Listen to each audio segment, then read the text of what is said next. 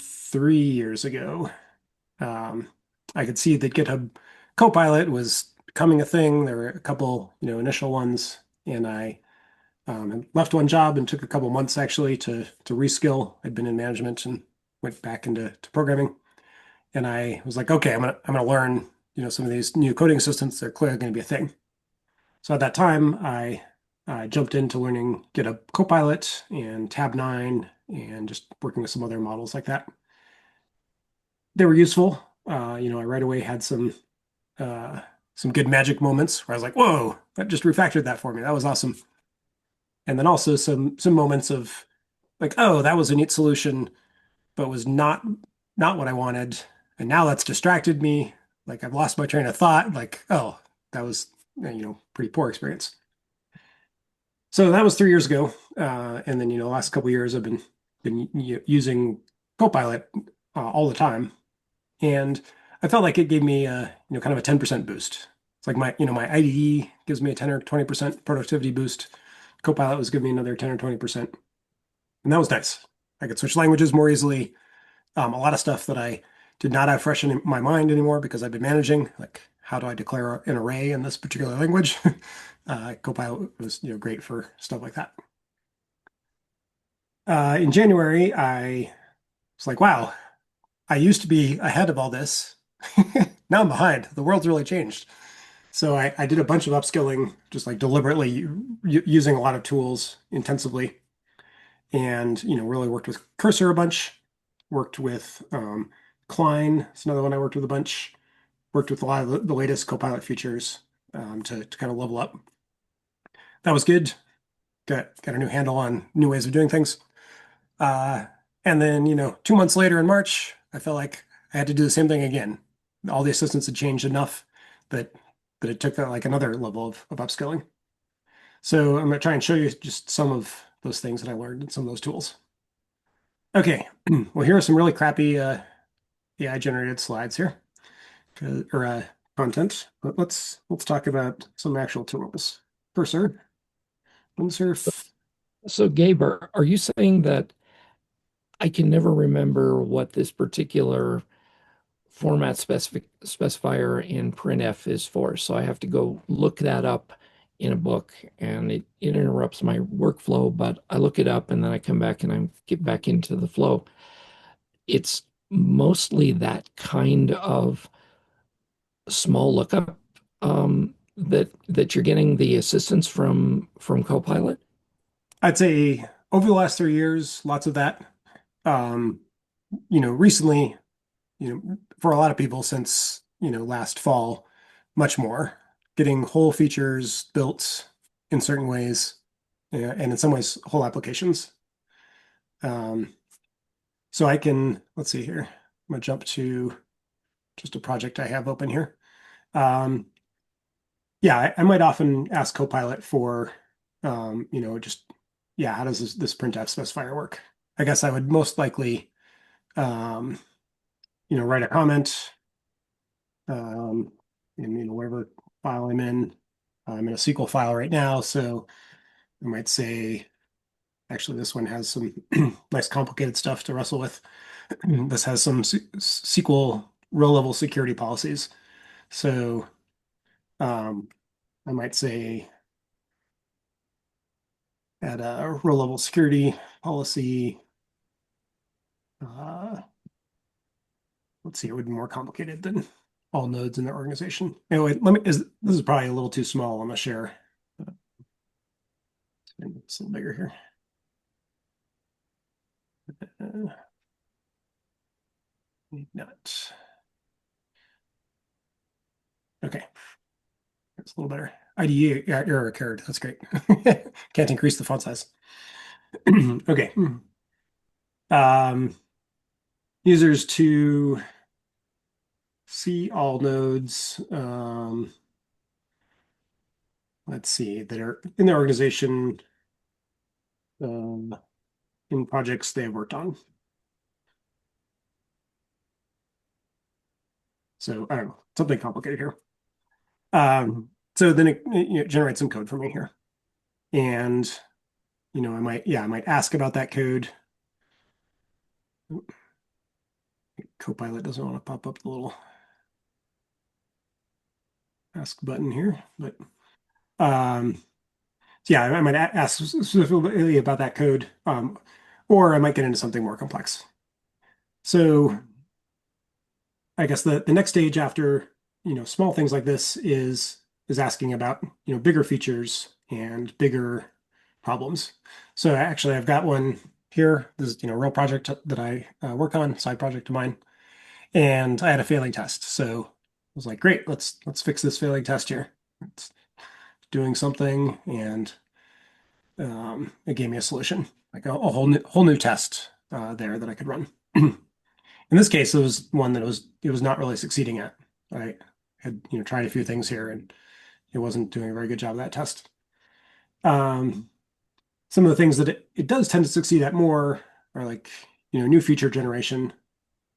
Um, we could say do some things here in real time. Since we got SQL open, let's go ahead and have it generate a new table for us or some new things. Um, Maybe we want a system for inviting users. So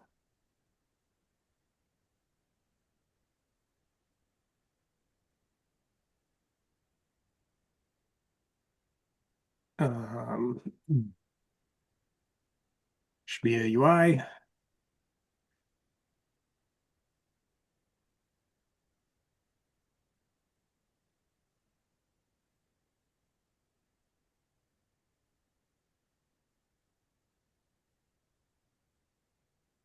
So not a great description, but we'll get it running.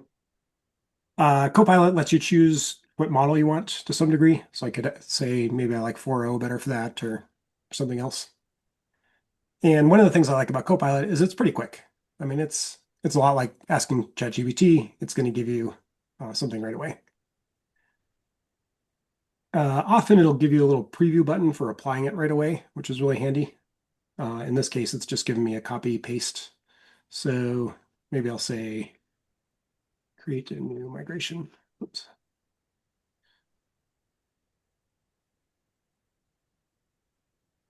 We'll go ahead and tell it that this project uses Supabase.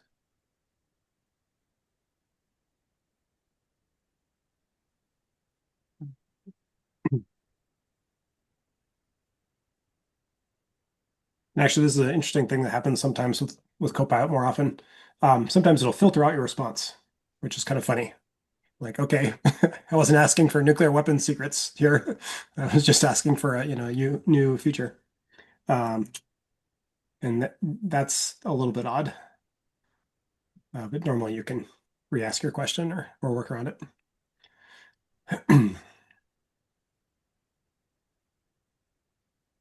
Okay, so in this case, gave me the same code again. It's not creating the file. Um, so not exactly what I want. I mean, it's giving me a nice code, but I want it to do a little bit more. So we can try out another version of this feature. We can go over to agent mode. So I'm going to ask it the same thing here, but I just asked. Uh,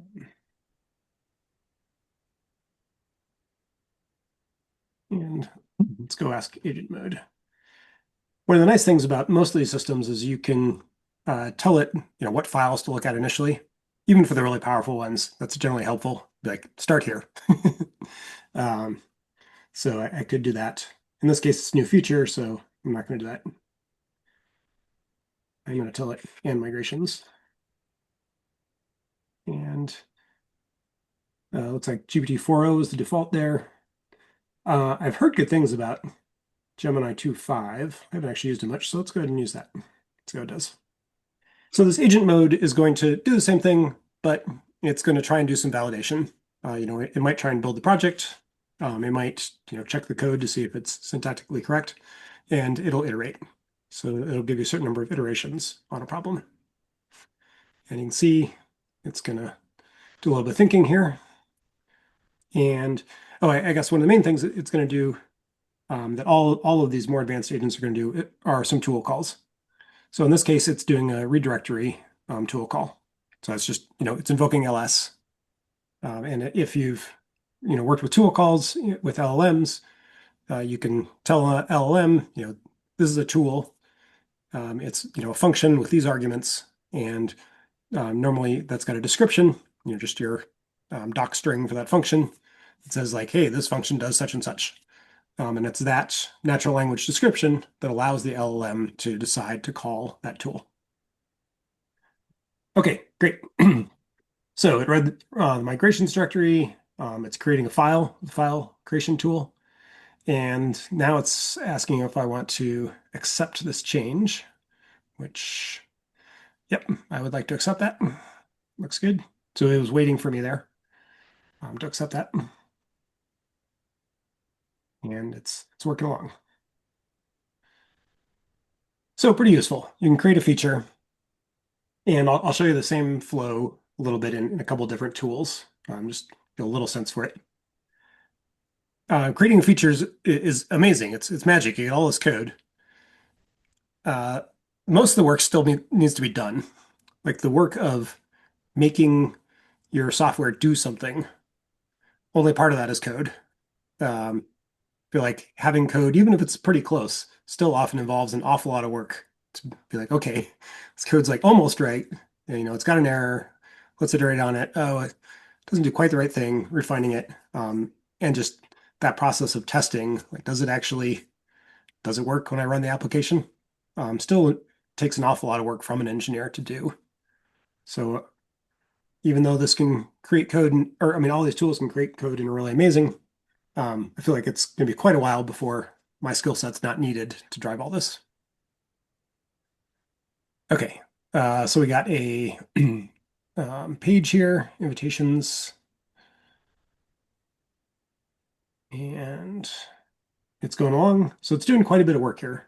Probably, I don't know, 50 LLM calls, I bet, in this one task. So, when to think, it's calling a tool, it's getting the results of that tool. Most agents that are doing tool calling have to do, kind of sequentially. Like, oh, I should call this tool. Okay, I'm going to output the JSON that describes that tool call. And then the agentic system is going to be like, great, let me run that tool for you. Here are the results. And then it's going to make another LLM call saying, like, here are the results of the tool. It might just fail to call the tool, didn't give the right arguments, it's invalid directory, something like that. So there could be a need for iteration right in there. Okay, so, big block of or an LLM call describing what it did there, another tool call, but it's doing some pretty good work here. It's creating um, several files. This one already existed, but these are new files here. uh, Migration to create the table, um, create some row level security policies for it. Um, Join table, more policies. Looks reasonable, right? If I don't want to look over this too closely, I could probably run it. I might be curious what all these errors are. Okay. And actually, all these errors are just saying that my IDE doesn't know about the users table because it's defined separately in this framework. So those are fine. Those are expected. Um, that doesn't look so great. It's expecting something. Oh yeah, and this is a placeholder. Okay, yeah. So it's generated a lot of code, but there are definitely some things in here I need to go and dig into. Okay. Give me a different accept dialog here, but that's okay. Like, a nice thing about software development is you've got Git, open new branches, be like, yeah, go crazy, build me a bunch of stuff, delete things you want. What do I care? I'm going to review the changes of whatever it does in my commit interface. So that's a nice workflow. Um, I guess they're all in unversioned files, but I can look at see what it's done. Okay, and it's giving me some next steps here. So in general, somewhat effective, but I definitely need to go through and review this and follow up on a couple of things. That'd be my normal workflow is, I'd find the things in here that are not done. I'd probably say, take care of all these placeholders for me. Like, make some logical decisions for me. I don't want to make them myself if I was creating a whole feature like this that I didn't want to think too much about. Question, Jeff. Yeah. A couple quick questions. What's your front end UI framework? For this particular project, I tried out Supabase as the backend. It's a Next.js app with React and a custom, uh, mostly custom UI. Gotcha. And then in this workflow, um, my initial perception is like, whoa, what shoot? Where was the joy in all the design and coding? Right? What was your feeling on the trade off for that? Yeah. So this is a side project that I've been fiddling with a little bit. It's for managing agent clusters. Like you've got a bunch of things like this that are going to work on a project for you. There's been a lot of joy in like designing that. It's like top level writing stuff into the Google Doc of what this thing's going to be. Um, there's been some joy of like, hey, I want this feature to exist and getting most of it. Um, and plenty of the normal software engineering frustration of like, okay, well, why doesn't this piece doesn't work? You know, this this table has a infinite loop or something in the security declarations. Like, okay, yeah, would it have been easier if I just defined that myself and gotten something that worked instead of having to fight with something that I don't entirely understand because I didn't write it. Gotcha. Yeah, I think that's a really good question. Mhm. Hi, can you hear me? Yeah, hi Scott. Hi. I would raise my hand, but I'm not familiar with this, No where the problem. hand raising is. But Nope, jump on in. my question is, can you give us some sense, an estimate of how much time this actually saves you? I think it really varies. Definitely some times when in half an hour's worth of work, I get, 48 hours or 4 to 8 hours of work.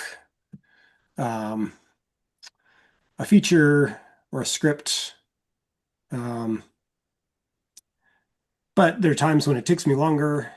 Certainly, um, I'll show you this app real quick that we're working on here. Kind of a fun app. Hopefully, it'll run still with the changes I just made. I think I actually have to re-sign up. Um, okay, let's build projects. Great. So this is an application for working on projects where you might have agents adding lots of new tasks for you and things dynamically changing. Hmm. So one of the really interesting things I ran into was I was, coding along, building a lot of this, and it was great. It's like all kinds of CSS was being done for me that I don't really know, would take me a long Uh-huh. time. Hmm. So I loved that. But it was trying to calculate everything with JavaScript. And and it took me a little while to really realize how much it was going down the wrong path. We're like, no, no, no, like these things should be able to be peers of each other. No, those should be contained. And they're like, no, no, no, go back. They're like, and after a while, I was like, man, this is getting so far down the wrong path. I was like, there's this thing called Flexbox that you can use for layout. Like, delete all this. Let me just think a little bit about how this should work, and was able to go down a correct path. So it wasted a ton of time, on that. What was the balance? I don't know. It probably, uh, saved me several days, lost me a couple days. Maybe it was a net Okay. win of a day. And would you say that in this particular case, had you written your prompt a little more granular, with a little more detail, for perhaps you could have avoided the the false paths that you went down? That is a perfect segue. Let me show you a different tool. Okay. So, Cursor is another really popular one. Um, oh, Zoom says we're going to run out of time soon. Um, so I'll go quick. Uh, Cursor is a really popular one. My Cursor subscription has run out and I don't normally use it. So I'm going to show you Windsurf, which is similar. Also very agentic. You can tell it to build you hold features. Got a lot of great things. I've seen people use Windsurf really effectively. Both Windsurf and Cursor have rules. This is my local Windsurf rules file here. And that's where you can put things like that you learn. Like, okay, use Flexbox. So, that might be the kind of thing I put in here, you know.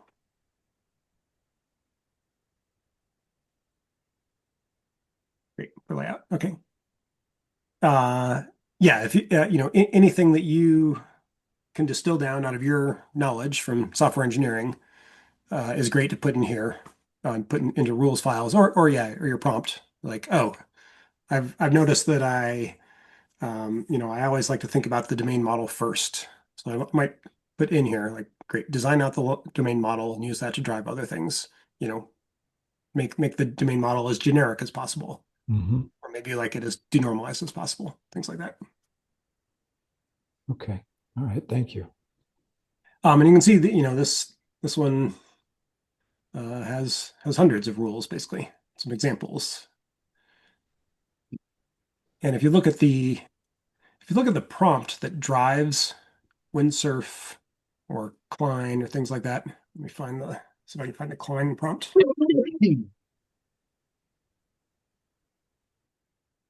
Uh,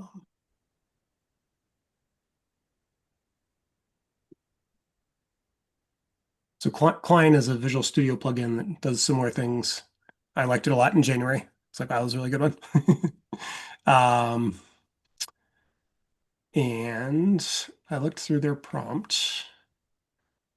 Not sure I can find here. Let's see.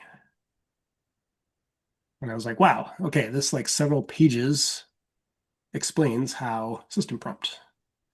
That looks like exactly what I want. Yeah, okay. So it's huge. It's, you know, almost 700 lines. And several of these lines are, insert giant block of other text here. Custom instructions, some of the tools, I think, have some expansion blocks like that. So it's really like, 1,000 lines of prompt. And you can really see that that's how you get these systems to do something and do it well, and do it reliably.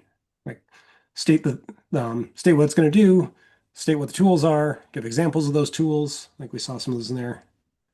Rules, really specify exactly what it should do. And this gives you an amazing amount of reliability over something that's the normal, one paragraph prompt I would put in something, or one sentence prompt I would put in something.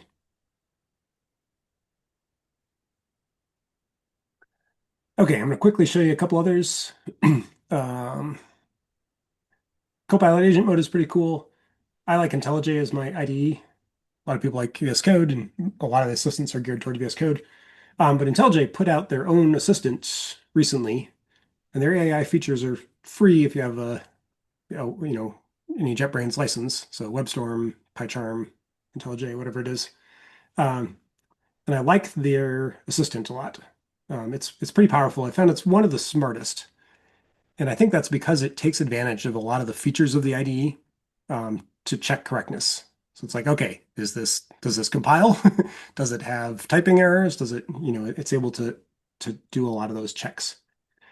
So this is one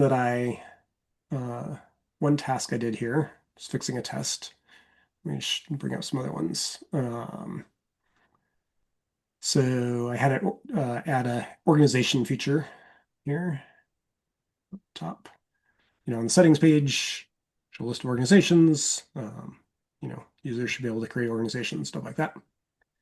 And all these assistants do pretty well at projects that are not too complex and adding new features to those projects. So that's a sweet spot.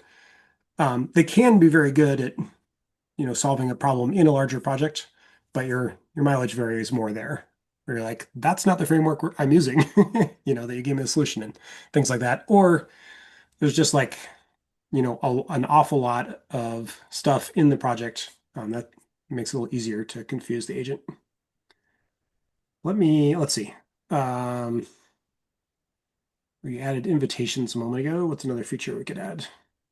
Um, hmm, let's add a loading screen with Star Wars graphics. I don't know.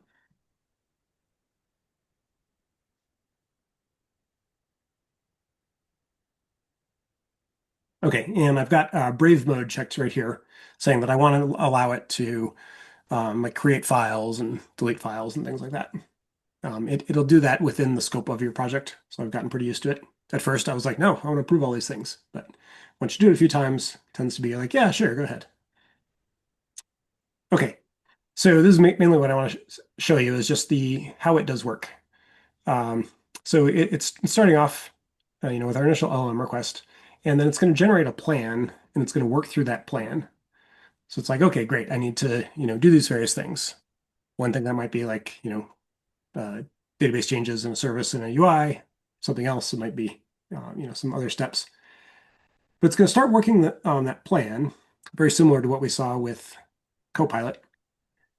And it's going to keep updating the plan as it goes. That's one of the parts I find really neat. So this had 5 steps a moment ago. Now suddenly it has 8. So it examined the component structure and was like, oh, there's some more stuff I should do. And it revised its plan as it went along. So it's pretty smart. Some of the same problems. Still just like, can it accomplish the goal that you want? And does it really work? That still is an engineering task that's much broader than just the code generation and does this particular code compile. This is one I like a lot. I would definitely check that out. Now we've kind of seen how that works. I'm going to skip to another tool. So I can kind of finish showing you various things. My other favorite is Copilot Workspace.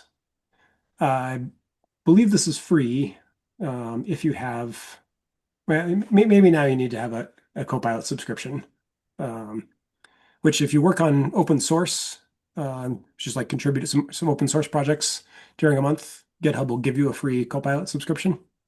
So easy thing to do. But this workspace, it's similar to those agentic systems, but it's a little more geared toward the human working on it. And I like that a lot. So I'm just going to show a new one here. I think it's also been down a lot lately because they recently announced that you could assign GitHub issues to Copilot, and that's been hammering their systems. So maybe I don't have a. Oh, okay, never mind. It's not a new button. I have to choose a repo. That's right. Okay, so I'm going to choose that same repository, and you start off describing what you want. So let's ask it for the invitation system again.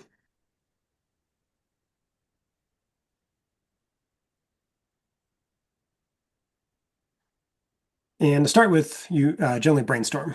So you've got a little bit of text, and this helps you iterate and refine what it is you want to do. So some of the question about rules, like what should be in this request? Do I want it to create unit tests? Do I, are there things I should be telling it? It's often going to ask me some stuff like that. So it checks what the current behavior of the system is if you're in a repo.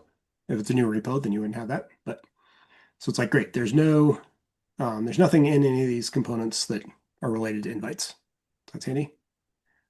And say, okay, great. The end state after we're done working will probably be to have invites in these various things.